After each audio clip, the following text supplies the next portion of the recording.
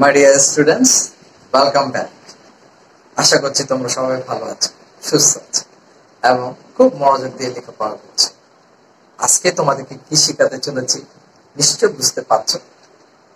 পুরোনো জিনিস নতুন করে ন্যারেশন বা ডিরেক্ট আর ইনডিরেক্ট স্পিচ।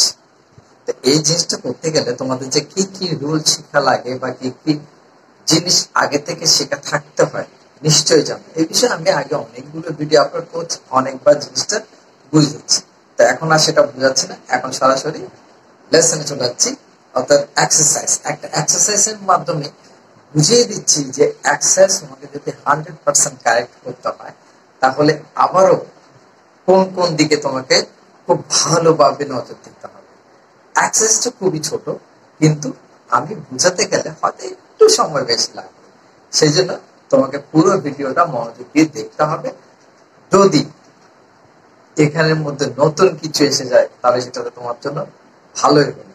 আর এও জানতে পারবে যদি তুমি কোনো রুল ভুলে গিয়ে থাকো। আর তোমরা যদি নিজে থেকে ভেরিফাই করতে চাও, প্রথমে জিনিসটা একটু ভিডিওটা স্টপ করে বা ভিডিওটা পজ করে তার আনসারটা করে নিতে, তারপর তুমি আমার সঙ্গে নিবে। আর সেই সূত্রে আরেকটা কথা বলতে ইচ্ছে করছে বা বলার আছে, সেটা হলো কি, আমি যখনই যে ভিডিও আপলোড করছি তখনই দেখা যাচ্ছে কি যে ডেসক্রিপশন বক্সে আমার কিছু অন্য ভিডিওর লিঙ্ক দেওয়া থাকছে। অর্থাৎ সাপোজ মনে করো এখন আমি তোমাদেরকে ন্যারেশন সম্পর্কিত একটা ভিডিও আপলোড করছি, ডেসক্রিপশন বক্সে গেলে দেখবে কি এই বিষয়ে আরো বেশ কিছু ভিডিও লিঙ্ক দেওয়া আছে ইম্পর্টেন্ট। তোমরা যারা রুলস শিখতে চাচ্ছ, এখানে ভিডিওর শুরুতে হয়তো দেখতে পারবে কি লিঙ্কের শুরুতে হয়তো দুটা ভিডিও লিঙ্ক দেওয়া আছে, ন্যারেশন রুলস ইত্যাদি। এই দুটো ভিডিও যদি তুমি দেখো, আমার মনে হয় ন্যারেশন সম্পর্কে যাবতীয় সবকিছু তোমার শেখা হয়ে যাবে। আর তুমি যদি ন্যারেশন প্র্যাকটিস করতে চাও তাহলে আমার সাথে এই ধরনের এক্সারসাইজ গুলো রেগুলার প্র্যাকটিস করতে হবে। তার কারণ প্র্যাকটিস করলেই তোমার সবগুলো নিয়মকানুন বারবার করে রিভিউ হবে, এতে করে তুমি রুলগুলো আর ভুলে যাবে। Change the narrative style of the following text. খুব ছোট্ট একটা টেক্সট দেওয়া হয়েছে এবং এটা আমার মনে হয় কি যশোর বোর্ড 2015 সালে এসেছে। তাহলে আমি এটা একটু তোমাদের সুবিধার জন্য লিখে দিই যে এটা যশোর বোর্ড 2015 সালে এটা এসেছিল। ওকে, তাহলে বোঝা গেল যে এটা তোমাদের জন্য খুব ইম্পর্টেন্ট। ওকে, এখন দেখো এই ইজি ন্যারেশন কিভাবে করবে। আমার মনে হয় তোমাদের সবাই এখন পারো, যারা আমার সাথে রেগুলারলি ক্লাস করছো তাদের এখন এই ন্যারেশন চ্যাপ্টারটা বা ন্যারেশন এক্সারসাইজটা একদম ইজি হয়ে গেছে। তো তোমরা যারা নিজে থেকে ভেরিফাই করতে চাচ্ছ তারা প্রথমে এটা করে ফেলতে পারো, অর্থাৎ আনসারটা করে ফেলতে পারো। যতটুকু মনে আছে আমার মনে হয় কি 100% কারেক্ট হবে। আর এরপরে আমার সাথে মিলাও এবং নিয়মটা দেখো যে ঠিকঠাক অ্যাপ্লাই হয়েছে কিনা। যদি না হয়ে থাকে বা ভুল হয়ে থাকে, কোথায় ভুলটা হলো আবার একটু মনে করার চেষ্টা করো। ওকে, দেখো, the teacher said to the student, কি আছে, have you prepared your lesson today? No sir, replied the student. The teacher said, why? I was suffering from headache yesterday. I shall do my homework tomorrow, said the student. Okay? এতটুকু মাত্র 2-3 লাইনের একটা ব্যাপার। তো আমি আবার একটু advice করব যে তোমরা যারা ন্যারেশন করছো তারা এই চ্যাপ্টারটা, এই জিনিসটা, অর্থাৎ এখন তোমাদের সামনে যে চারটা আমি তুলে ধরলাম সেই চারটা অবশ্যই অবশ্যই অবশ্যই খাতায় লিখে দাও। তার কারণ ন্যারেশন করতে গেলে বা যে কোনো ধরনের ট্রান্সলেশন করার ক্ষেত্রে এই ধরনের প্রণামগুলো খুব বেশি দরকার।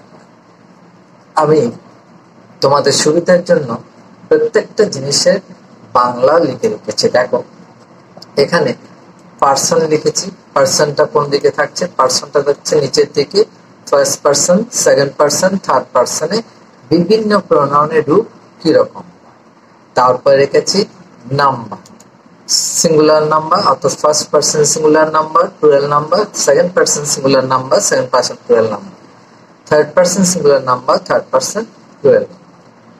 এরপরে সাবজেক্টিভ রূপ, অর্থাৎ যে প্রোনাউনের সাবজেক্টিভ রূপগুলো কি হতে পারে, অর্থাৎ সাবজেক্ট হিসেবে কোন কোন প্রোনাউন গুলো আসে তার লিস্ট এখানে দেয়া আছে first person, second person, third person.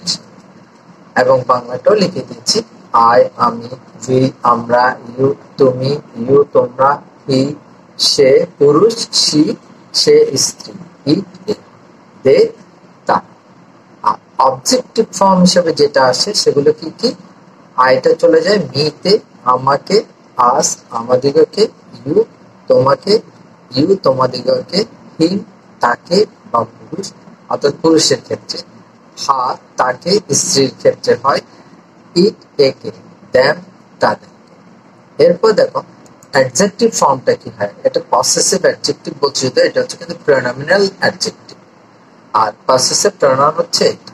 Pronominal adjective গুলো হয় মাই, আমার, আওয়ার, আমাদের, ইয়োর, তোমার, ইয়োর, তোমাদের, হিজ, তার পুরুষলিঙ্গ বা পুংলিঙ্গ, হার, তার স্ত্রীলিঙ্গ, ইটস, এ, দেয়ার, তাদের।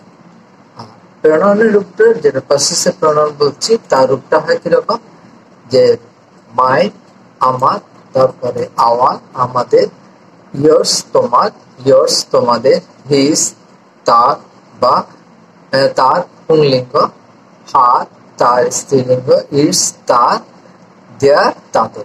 এখানে এই জায়গার মধ্যে তোমরা পাশে এই জায়গার মধ্যে আরেকটা কলাম করে ওই যে রিফ্লেক্সিভ প্রোনাউনটা লিখে নিলে আমার মনে হয় ভালো হয়। সেটা কি হবে, আইটা হবে মাই সেলফ, তারপরে উইটা হবে এখানে এই যে এই ফর্ম থেকে মায়ের সাথে মাই সেলফ, আওয়ারের সাথে আওয়ার সেলফস, এসএল ভিএস। ইয়োর যখন সিঙ্গুলার বোঝাবে ইয়োর সেলফ, প্লুরাল বোঝালে ইয়োর সেলফস। হিজ তা তখন অবজেক্টের সাথে চলে যাবে হিমসেলফ, তারপরে her, herself, it, itself, they, their, themselves. Okay, এই জিনিসটা তোমরা একটু লিখে নাও, এটা অবশ্যই দরকার হয় ন্যারেশনের মধ্যে। ঠিক আছে, তো এখন আবার দেখো এই ন্যারেশনের ফর্মটা কিভাবে চেঞ্জ করবে, অর্থাৎ স্টাইলটা কিভাবে চেঞ্জ করবে। তাহলে প্রথম দিক থেকে তোমাকে জানতে হচ্ছে আসলে এই রিপোর্টিং পার্টটা সম্পর্কে বা রিপোর্টিং স্পিচ সম্পর্কে। সেখানে রিপোর্টিং স্পিচের মধ্যে দেখা যায় কি, দ্য টিচার হচ্ছে সাবজেক্ট, আর সেড ভার্বটা হচ্ছে রিপোর্টিং ভার্ব, তারপরে দ্য স্টুডেন্ট হচ্ছে অবজেক্ট। ওকে, জানলাম। এখন এ টিচার ম্যাসকুলিন জেন্ডার হলে হি, আর the teacher, the student object হিসেবে তখন কি আসবে, এটা যখন নমিনেটিভ ফর্ম আসবে তখন হবে হি, অবজেক্টিভ ফর্ম হবে কি, হিম। তারপর পসেসিভ হলে সেটা পরে আসছে, সেটা তো একটু আগে আমি তোমাদেরকে বুঝিয়ে দিয়েছি। এখন দেখো এই যে কমা আর ইনভার্টেড কমাটা কিভাবে চেঞ্জ হয় সেটা ডিপেন্ড করে আসলে এই রিপোর্টেড স্পিচটা কোন ধরনের সেন্টেন্স তার। তাহলে আমি এখানে আনসারটা করেই দেখিয়ে দিচ্ছি, তাহলে তোমার বুঝতে সুবিধা হবে এবং সময়ও কম লাগবে। আনসার তাহলে দা টিচার, দা টিচার। এখন রিপোর্টিং ভার্ব চেঞ্জ হয়, সেড টু ভার্বটা চেঞ্জ হবে কিভাবে হবে, এখানে এই রিপোর্টেড স্পিচের উপর। রিপোর্টেড স্পিচটা দেখো ইন্টারোগেটিভ সেন্টেন্স, যেহেতু ইন্টারোগেটিভ মার্ক আছে সেহেতু আমরা এটা বুঝতে পারছি ইন্টারোগেটিভ সেন্টেন্স। এখন কথা হচ্ছে কোন ধরনের ইন্টারোগেটিভ সেন্টেন্স। আমরা জানি কি, যদি সেন্টেন্সটা অক্সিলিয়ারি ভার্ব দিয়ে শুরু হয়, সেন্টেন্সটা অক্সিলিয়ারি ভার্ব দিয়ে শুরু হয়, তাহলে এখন আমাকে আরেকটা জিনিস জানতে হচ্ছে, এখানে অক্সিলিয়ারি ভার্ব কোনগুলো। নিশ্চয়ই তোমাদের জানা আছে, সেগুলো বি ভার্ব গুলো হচ্ছে সাধারণত কি কি আমরা জানি কি, এম, ইজ, আর, তারপর ওয়াজ, ওয়্যার। এগুলো হচ্ছে যে বি ভার্ব বা অক্সিলিয়ারি ভার্ব হচ্ছে প্রেজেন্ট কন্টিনিউয়াস, পাস্ট কন্টিনিউয়াস ইত্যাদি। তারপরে ডু ভার্ব গুলো কি আসে? ডু ভার্ব গুলো আসছে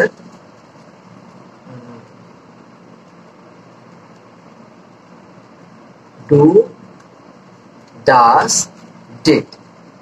তারপর হ্যাভ ভার্ব গুলো কি কি আসে? হ্যাভ ভার্ব গুলো আছে হ্যাভ, হ্যাজ, হ্যাড। এছাড়া মডেল ভার্ব আছে, মডেল ভার্বস। মডেল ভার্ব গুলো কি কি?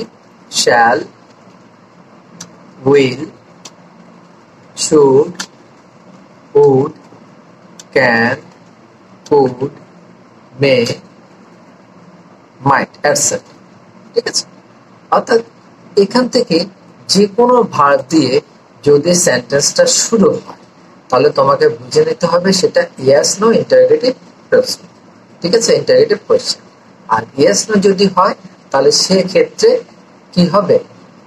এই যে কমার জায়গায় কি হয়ে যাবে? তো কমা, ইনভার্টেড কমা চেঞ্জ হয়ে গিয়ে সেখানে ইফ হবে। আর যদি না হয় তাহলে যে সেন্টেন্সটা যে শব্দ দিয়ে শুরু হয়েছে, অর্থাৎ সাধারণত ডাব্লিউএস দিয়ে শুরু হয়, তখন ডাব্লিউএসটা কি কি আমরা সেগুলো একটু জেনে নিই। ডাব্লিউ এস গুলো কি কি হয়? যেমন হতে পারে হু, হু, what, when, how, where, etc. এগুলো হতে পারে। ঠিক আছে? যদি এগুলো হয় তাহলে এগুলো দিয়ে শুরু হলে এই শব্দগুলো যেটা দিয়ে শুরু হবে সেটা থেকে যাবে। ওকে? তাহলে এখন যেহেতু ইন্টারোগেটিভ প্রশ্ন, সুতরাং দ্য টিচার এই সেড টু ভার্ব চেঞ্জ হয়ে কি হবে? সেটা হয়ে যাবে asked. Asked the student. Asked the student. এখন দেখো কি দিয়ে শুরু হয়েছে? হ্যাভ দিয়ে। এই দেখো হ্যাভ দিয়ে শুরু হয়েছে, সুতরাং আমরা বুঝতেই পারছি কি, যেহেতু হ্যাভ দিয়ে এখানে শুরু হয়েছে সেহেতু আমরা এটা বুঝতে পারছি কি এটা ইয়েস নো কোশ্চেনের আওতায়। সুতরাং এই কমা আর ইনভার্টেড কমা উঠে গিয়ে সেখানে কি হবে? ইফ। ইফ।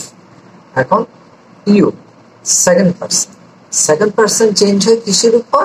রিপোর্টিং ভার্বের অবজেক্টের উপর। এই যে রিপোর্টিং ভার্বের অবজেক্ট হচ্ছে কি? The students. Third person singular number, masculine gender. সুতরাং এই ইউটা চেঞ্জ হয়ে কি হয়ে যাবে? হি হয়ে যাবে। If he. দ্য স্টুডেন্টের জায়গায় কি হবে? হি। এখন দেখো হ্যাভ। আর যেহেতু জানি কি ইন্টারোগেটিভ প্রশ্নটা অ্যাসার্টিভ হয়ে যাবে, কারণ যখন ডাইরেক্ট নেশন বা ডিরেক্ট নেশন থেকে ইনডাইরেক্ট নেশনে যাবে তখন ইন্টারোগেটিভ সেন্টেন্সটা আর ইন্টারোগেটিভ থাকবে না, সেটা অ্যাসার্টিভ হয়ে যাবে। সুতরাং এখানে ভার্ব কি আছে? ভার্ব আছে হ্যাভ, অর্থাৎ ভার্ব 1 সেটা চলে যাবে কোথায়? ভার্ব 2 তে। যেহেতু এখানে রিপোর্টিং ভার্বটা পাস্ট টেন্স, সুতরাং ভার্ব 2 তে গেলে সেটা কি হয়ে যাবে? হ্যাঁ। If he had কি হবে? Prepared his lesson. If he had prepared, P-R-E-P-A-R-E-D, prepared. এখন ইউ সেকেন্ড পারসন, তাও দেখো ইউটা এখানে সেকেন্ড পারসন, সুতরাং এটা চেঞ্জ হয়ে কি হবে? his, his lesson, double S O N, lesson। Today থাকলে কি হবে? টুডে থাকলে হবে that prepared his lesson that day. এখন সেন্টেন্সটা কি হবে? যেহেতু অ্যাসার্টিভ হয়ে গেছে সেটা ফুল স্টপ হয়ে যাবে। ওকে? ফুল স্টপ হয়ে গেল। তাহলে এক নম্বরটা, এই যে এক নম্বর, এটা কমপ্লিট হয়ে গেল। ওকে? এক নম্বরের চিন্তাটা আমরা ছেড়ে দিই, যেহেতু এক নম্বর কমপ্লিট। এখন কি হচ্ছে? সেকেন্ড লাইন কি হচ্ছে দেখো, no sir replied the student। অর্থাৎ এই প্রশ্নের জন্য সে স্টুডেন্ট রিপ্লাই দিয়েছে কি? No sir. এখন তাহলে আমাকে আরেকটা জিনিস জানতে হচ্ছে, সেটা কি? যদি নো থাকে সেন্টেন্সে, নো আনসার হলে তাহলে কি হবে? Replied in the negative. আর ইয়েস থাকলে replied in the affirmative। তারপর সাব থাকলে কি হবে? সাব থাকলে রেসপেক্টফুল। ওকে? তাহলে দেখো এখানে ইয়েস নো আছে, স্যার আছে, তাহলে স্যারের জন্য আসবে রেসপেক্টফুলি, নো এর জন্য রিপ্লাইড ইন দ্য নেগেটিভ। তাহলে সেটা আমরা করে ফেলি, the student respectfully replied in the negative. Okay, clear? এরপরে কি বলছে, আর কিছু নেই, এখানে আনসারটা শেষ। এখন এখানে একটা জিনিস তোমার সুবিধার জন্য বা তোমার বোঝার জন্য বলতে পারি যে নো স্যার বলতে কি বোঝাচ্ছে, সে সংক্ষেপে উত্তর দিয়েছে, কিন্তু নো দিয়ে সে কোন প্রশ্নের উত্তরকে বলছে, এই প্রশ্নের উত্তরকে বলেছে। সুতরাং এই জায়গায় গিয়ে তুমি এইভাবেও লিখতে পারো, and said that he had টা কোথায় চলে যাবে, had not prepared his lesson. He had not, এটা তো দিলেও চলে, বা prepared his lesson এটাও দেওয়া যায়। তাহলে আমি এখানে এতটুকু পর্যন্ত বলছি, কিন্তু এটা অপশনাল। আমি তাও বলছি এটা হচ্ছে অপশনাল, এটা দিতে হবে এমন কোনো কথা নেই, এটা দিতে হবে এমন কোনো কথা নেই। তোমার আনসার এতটুকু পর্যন্ত কারেক্ট হয়ে গেছে, নেগেটিভ পর্যন্ত। ওকে, এখন কি, এখন হচ্ছে যে দ্য টিচার সে ওয়াই, তাহলে স্টুডেন্ট আবার টিচার আবার প্রশ্ন করছে কি ওয়াই। এখন হোয়াইটা কোন ধরনের, দেখো কোন ধরনের প্রশ্নের মধ্যে আসছে, WHO এর মধ্যে চলে আসছে না, ওয়াই। তাহলে এখানে আরেকটা শব্দ নিয়ে আসো, Y.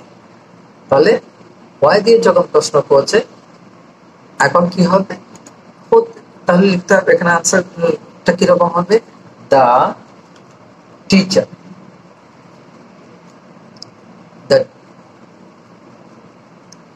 Teacher asked him again asked him, যে তার আগে প্রশ্ন করছে, again asked him। এখানে একটা জিনিস বোঝা যাচ্ছে, আচ্ছা আমি তোমাকে মিলে এটা আগে লিখে ফেলি, why he had not prepared his lesson, full stop। এই জায়গাটা আমি, আচ্ছা এটা একটা আনসার হয়ে গেল, বুঝলাম। The teacher again asked him why he had not prepared his lesson। তাও কিন্তু সেই আগের এই প্রশ্নটাকে রিভিউ করা হচ্ছে why দিয়ে। তো এই জায়গায় তুমি চাইলে অন্যরকম একটা আনসার লিখতে পারো, সেটা কিভাবে, the teacher wanted to know the reason of that।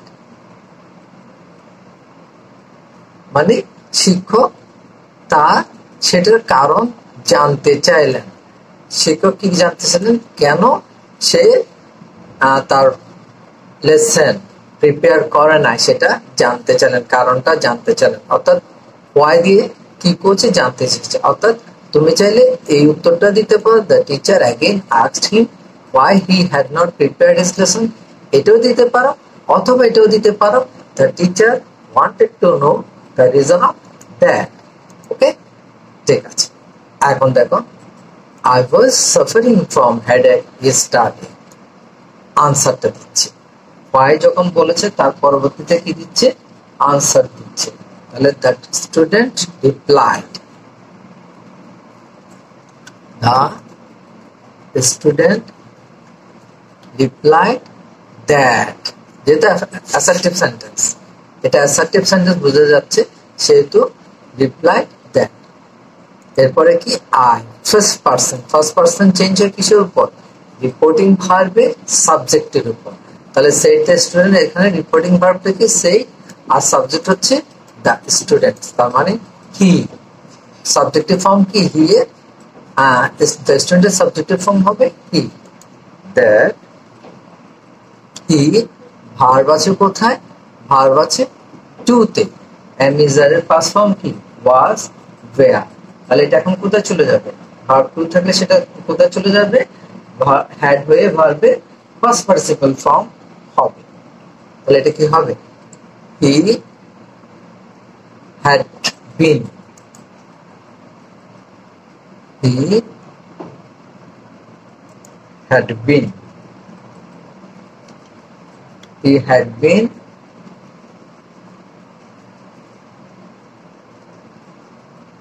suffering from